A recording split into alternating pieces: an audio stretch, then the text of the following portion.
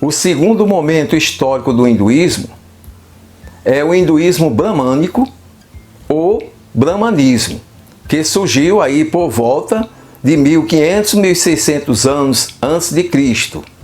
Este período se caracteriza pela ascensão de Brahma, o ser absoluto, incriado e criador de todas as coisas, o Deus Supremo, e pelo surgimento das doutrinas do Sansara e do Karma. Eu falei que as leis de Deus ficam ocultas na natureza e precisam serem descobertas. E foi no segundo período histórico do hinduísmo, no brahmanismo, que a ideia, a doutrina da reencarnação veio à luz da humanidade, trazida pelos brahmanes. O terceiro aspecto do brahmanismo é a ascensão dos brahmanes que criaram e introduziram na sociedade indiana o sistema de casta. Agora preste atenção nesta figura. O que você está vendo aqui é uma representação antropomórfica do deus Brahma, com suas 4 cabeças. O que isto simboliza? As 4 cabeças de Brahma representam os 4 livros dos Vedas, as 4 castas principais da sociedade indiana e as 4 fases da vida e as 4 metas sociais. Também é considerado por alguns como os 4 pontos cardeais. Você sabia? O hinduísmo é considerado uma religião politeísta, composta por cerca de 330 milhões de deuses. Afirma-se que na Índia, cada hindu tem um deus próprio para adorar.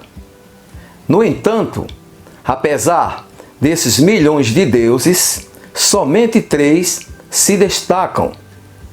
É o Brahma, o ser absoluto, o Deus Criador.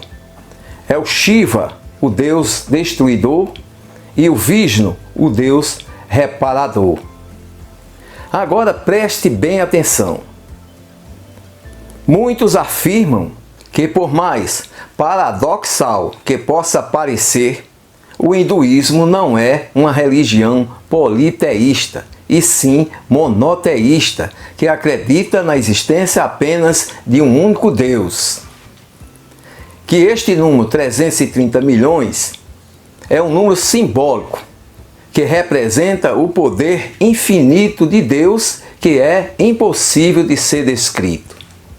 E que representa também as diversas maneiras e formas pelas quais Brahma se apresenta, tudo conforme a missão divina que tenha que desempenhar. Outra coisa bastante interessante com relação à teologia do hinduísmo é que o hindu concebe Deus de 3 maneiras filosóficas, ou seja, 3 conceitos filosóficos para definir Deus. O primeiro deles é o panteísmo. Pan quer dizer tudo. Significa que Deus está em tudo e tudo está em Deus. Deus é o total, é o supremo, é o transcendental, e todas as coisas estão em Deus e Deus está em todas as coisas. O segundo aspecto é o emanatismo, ou seja, tudo que existe, matéria e espírito, emanam de Deus, é uma emanação do Deus Brahma. O terceiro aspecto é o aspecto monístico, monismo. Ou seja, tudo que existe, existe em Deus. Deus contém todas as coisas e todas as coisas estão contidas em Deus. Brahma, em sânscrito, quer dizer absoluto. Então, todas as coisas fluem para a unidade. Isto é o aspecto monístico de Deus. Resumindo, 3 aspectos filosóficos para definir Brahma. O primeiro é o panteísmo. Deus é tudo e tudo é Deus. O segundo é o aspecto emanatista. Tudo emana de Deus. E o terceiro aspecto é o aspecto monístico, ou seja, Deus está em tudo. Tudo que existe, existe em Deus. E Deus existe em tudo. Agora, preste bem atenção que a gente vai entender o que é a teoria do Sansara, porque é daí que vai surgir a ideia de reencarnação. Do karma, eu não vou falar neste vídeo. Lembro que temos 38 vídeos publicados com o título Deliberando sobre o Karma. Se você interessar, entre no canal, se inscreva e assista esses vídeos muito esclarecedor com relação à doutrina do karma. O Sansara, palavra oriunda do sânscrito, que quer dizer san, por si mesmo, sara, movimento, retorno. Etimologicamente significa mover-se conforme a própria vontade. É o ciclo de nascimento, morte, renascimento, através das vidas sucessivas, a reencarnação pela qual o espírito terá que passar na vida material. Este ciclo de nascimento, morte, renascimento, ele vai cessar. Quando essa roda parar, é quando o homem atinge o que eles chamam de moksha. O moksha significa a libertação da roda do Sansara. Quando ele encerra esse ciclo de nascimento, morte, renascimento.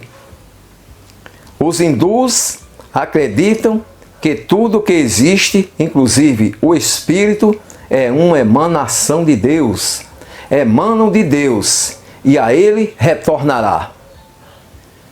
Mas isso só será possível quando o espírito atingir o moksha, quando ele encerrar o ciclo de nascimento, morte, renascimento.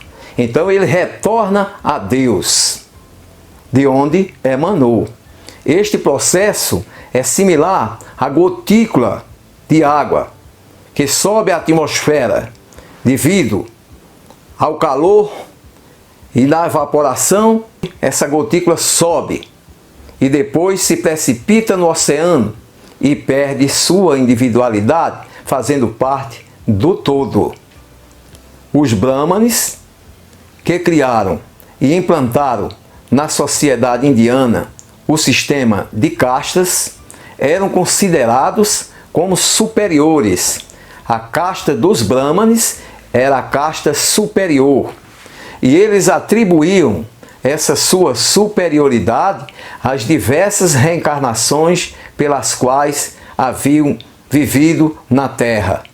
E eles propagavam essas ideias e as pessoas acreditavam e os respeitavam como sendo as pessoas mais importantes da sociedade indiana.